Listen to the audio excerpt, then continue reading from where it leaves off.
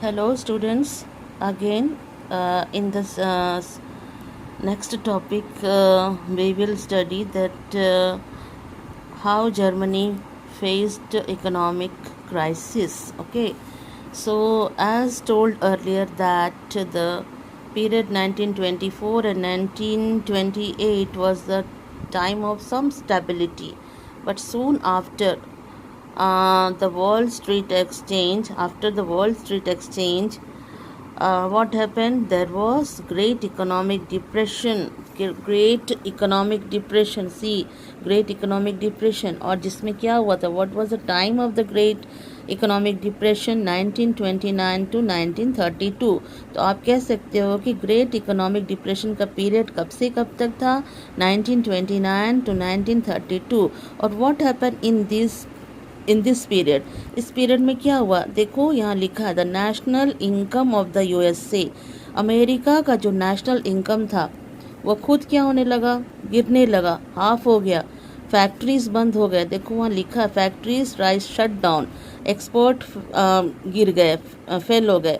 Farmers were badly hit. और इसमें सबसे ज़्यादा नुकसान किनका हुआ? फार्मर्स का, क्योंकि उनका जो भी प्रोडक्शन वो करते थे या जो भी उनका प्रोडक्ट होता था वो बिक ही नहीं रहा था, क्योंकि दाम जो थे, जो प्राइसेस जो थे वो कैसे हो रहे थे? गिरते जा रहे थे। ठीक है। और जितने भी जो स्पेकुलर्स जो थे उन्होंने धीरे धीरे मार्केट में जो उन्होंने पैसा लगाया था उन्होंने अपना पैसा निकालना चालू कर दिया, जिसका असर किस पर पड़ा? यूएस के इकोनॉमी पर। ठीक है। एंड नेचुरल सी बात है कि यूएस जो है वो खुद दुनिया को क्या दे रहा है? लोन दे रहा है। ऐसे में जब खुद यूएस के सामने प्रॉब्लम आ गया तो सबसे ज़्यादा हिट, सबसे ज़्यादा नुकसान किसको हुआ? यूएस को। और यूएस को अगर नुकसान होता है तो इसका असर दूसरे कंट्रीज़ पर भी पड़ता है। तो हम देखेंगे ऑलरेडी जर्मनी को हेल्प यूएस दे रहा था with the help of Davis plan, but soon after ये प्लान को भी वो लोग क्या करेंगे? वापस ले लेंगे, क्योंकि खुद यूएस में, अमेरिका में क्या हो रहा है?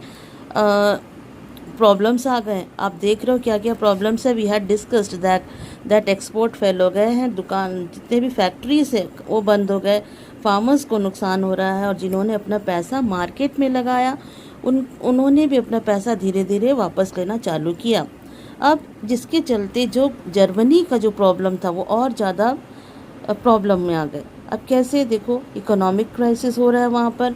एंड बाय 1932 इंडस्ट्रियल प्रोडक्शन घट करके 40% हो गया। ठीक है। 40% हो गया।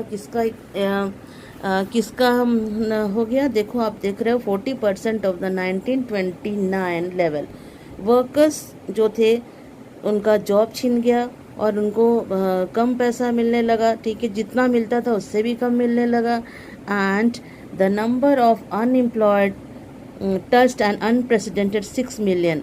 ठीक है। अनएम्प्लॉयमेंट की जो संख्या थी, जो अनएम्प्लॉयड लोग थे उनकी संख्या धीरे धीरे बढ़ने लगी और सड़कों पे लोग दिखने लगे। ऑन द स्ट्रीट्स, देखो लिखा है on the streets of Germany you can see man with placards. लोगों ने अपने गले में और अपने हाथों में प्लाकार्ड्स लेकर के वो घूम रहे थे कि हम we are ready to do any work. ठीक है। उन्होंने अपने गले पे क्या लगा के रखा था? कि हम कोई भी काम करने को तैयार हैं, क्योंकि उनके पास क्या था? उनके पास काम ही नहीं था। दे वर अनएम्प्लॉयड। और ऐसे में सड़कों पर अनएम्प्लॉयड जो यूथ थे, यूथ मतलब यंग, जो नौजवान पीढ़ी के लोग, वो अधिकतर क्या खेलते हुए दिखाई देते थे? कार्ड्स, है ना, सड़कों में। और वो ताश खेलते हुए दिखते थे। और बहुत सारे लोग जो लोकल जो थे वो लाइन लगा करके खड़े रहते थे एम्प्लॉयमेंट एक्सचेंज के आगे, ताकि उनको कोई भी जॉब मिल सके, एनी जॉब, है ना। They were ready to do any odd job.